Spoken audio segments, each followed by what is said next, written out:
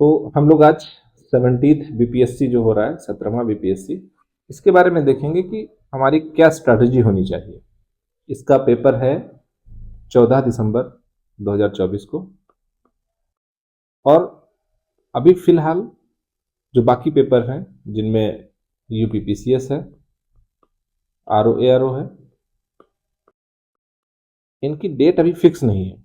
जो पहले डेट दी गई थी 7-8 दिसंबर और 22-23 दिसंबर, हो सकता है कि इसी बीच में ये पेपर हो जाए, लेकिन अभी जब तक कोई नई डेट नहीं आती तब तक हम इसको मान के चलते हैं।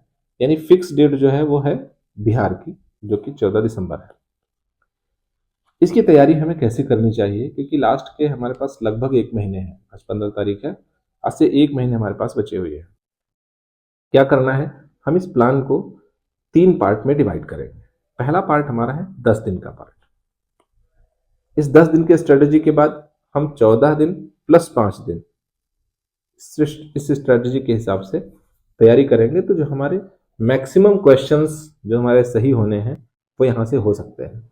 क्योंकि आप चाहे जितनी तैयारी कर लिए हो पूरे साल, अगर ये लास्ट के 1 महीने सही से यूज नहीं कर पाएंगे तो आपका स्कोर जो हो सकता है उसमें कुछ कम हो जाएगा। अब देखते हैं कि हमें लास्ट 10 दिन की तैयारी, ये जो अभी के 10 दिन है यानी 15 नवंबर से 24 नवंबर तक, हमें क्या करना चाहिए। तो इसके लिए एक स्ट्रेटजी जो हमने बनाई है वो ये है कि सबसे पहले हम लास्ट के 5 साल के previous year questions Bihar PCS के ये देख लें। और वो क्वेश्चंस जब हम देखेंगे पीवाईक्यू, तो उसमें से कुछ चीजें हम निकालेंगे। जैसे उसमें से हम निकालेंगे कि कौन से क्वेश्चंस ऐसे हैं जो सही हो रहे हैं हमारे, दूसरे कौन से हैं जो गलत हो रहे हैं, और तीसरा एक टाइप ऐसा होगा जिनको हमने अटेम्प्ट नहीं किया होगा, नॉट अटेम्प्ट में जाएंगे। अब इन तीनों की स्ट्रेटेजी हमारी क्या होनी चाहिए। तो जो हमारे सही हो रहे हैं उनको अभी हमें एकदम फोकस नहीं करना है। वजह यह है कि इनको हम कुछ भी कर लेंगे, लगभग अगर हमारे 75 क्वेश्चन सही हो रहे हैं तो कितना भी पढ़ लेंगे 75 क्वेश्चन से 80 क्वेश्चन तक जा सकते हैं, और कुछ भी ना पढ़ेंगे तो भी 70 क्वेश्चन जरूर सही होंगे, यानी 5 प्लस माइनस हो सकता है। इन 5 प्लस माइनस क्वेश्चन के लिए हमें बहुत मेहनत करने की जरूरत नहीं है। क्या करना होगा हमें, तो ये सही वाले जो क्वेश्चन थे इनको अभी हम छोड़ के चले। जो क्वेश्चन हमने अटेम्प्ट किए हैं और गलत हो गए हैं, ये हमारे हाईली एफिशिएंट क्वेश्चंस हैं। क्यों, क्योंकि हमने इनको अटेम्प्ट इसलिए किया होगा क्योंकि हमें इसका कुछ पोर्शन आ रहा होगा, या तो एक ऑप्शन पता होगा या 2 ऑप्शन पता होंगे, 2 में कंफ्यूजन होगा, 50-50 रेशियो हो सकता है। तो इसलिए ये ऐसे क्वेश्चंस हैं जो हम अटेम्प्ट करेंगे ही करेंगे, और कुछ पोर्शन आ रहा है, इसलिए इस बाकी वाले पोर्शन को सही करने के लिए हमें बहुत कम और बहुत स्ट्रेटेजिक तैयारी करनी पड़ेगी, टू द पॉइंट पढ़ना पड़ेगा। तीसरा, जो हमने अटेम्प्ट ही नहीं किया उनकी भी तैयारी हमें करनी पड़ेगी। तो करना क्या है हमको इसके लिए, जो इनकरेक्ट हैं और जो अनअटेम्प्टेड क्वेश्चंस हैं, इसके लिए हम करेंगे एक लिस्ट बनाएंगे। और वो लिस्ट ऐसी बनाएंगे जो सब्जेक्ट वाइज लिस्ट होगी, सब्जेक्ट में भी टॉपिक वाइज लिस्ट होगी। जैसे हम देखते हैं कि अगर हमें साइंस का क्वेश्चन हम देख रहे हैं, पीवाईक्यू में देखिए कि साइंस के जितने क्वेश्चंस आए हुए हैं उनमें हमने देखा कि क्वेश्चन हमारा कहां से गलत हो रहा है, उसकी एक लिस्ट बना ली है। ऐसे ही ज्योग्राफी में गए, ज्योग्राफी के भी क्वेश्चंस की लिस्ट बना लिए। ये जो क्वेश्चन नहीं, ये टॉपिक की लिस्ट है। इस टॉपिक लिस्ट से हमें क्या पता चलेगा कि ये ऐसे टॉपिक हैं जो टॉपिक, पहली बात तो कमीशन के लिहाज से बहुत इंपॉर्टेंट टॉपिक है। दूसरा, हम ऐसे टॉपिक्स में गलतियां भी कर रहे हैं क्योंकि हमसे क्वेश्चन गलत हो रहे हैं। ये सबसे ज्यादा आउटपुट देने वाले टॉपिक्स हैं, इसलिए पहले हम इसकी लिस्टिंग करेंगे। ये हर सब्जेक्ट की लिस्टिंग कर लें, करंट अफेयर्स, इकोनॉमी, सबकी लिस्टिंग कर लें, बिहार स्पेशल, सबकी लिस्टिंग करेंगे।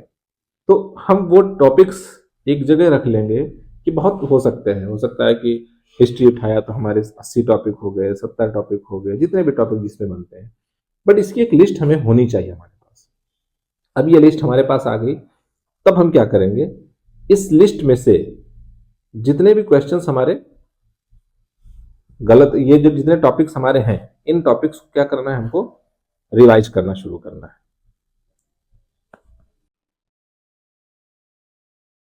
ये रिवीजन हमें करना पड़ेगा। क्या करना है, पहले इन सारे टॉपिक्स को, इंडिविजुअल टॉपिक उठाने हैं। जैसे हिस्ट्री टॉपिक उठाए, हिस्ट्री में हमें 1919 का एक्ट नहीं पता है, तो सिर्फ इसी को फोकस करना है।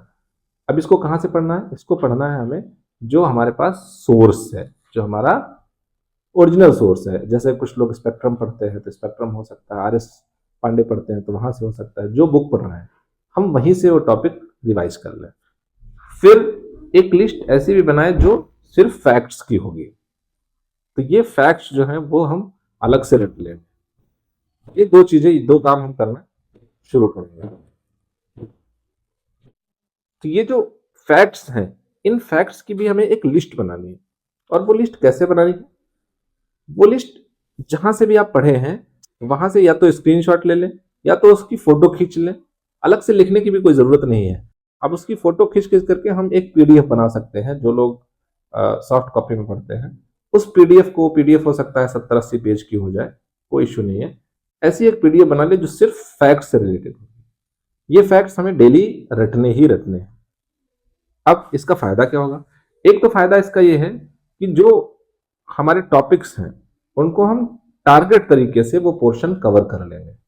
यानी ऐसे क्वेश्चंस जो एग्जाम के लिहाज से बहुत इंपॉर्टेंट हैं टॉपिक्स, और जो हमें कम आते हैं, वो टॉपिक्स हम पहले ही रिवाइज कर चुके होंगे।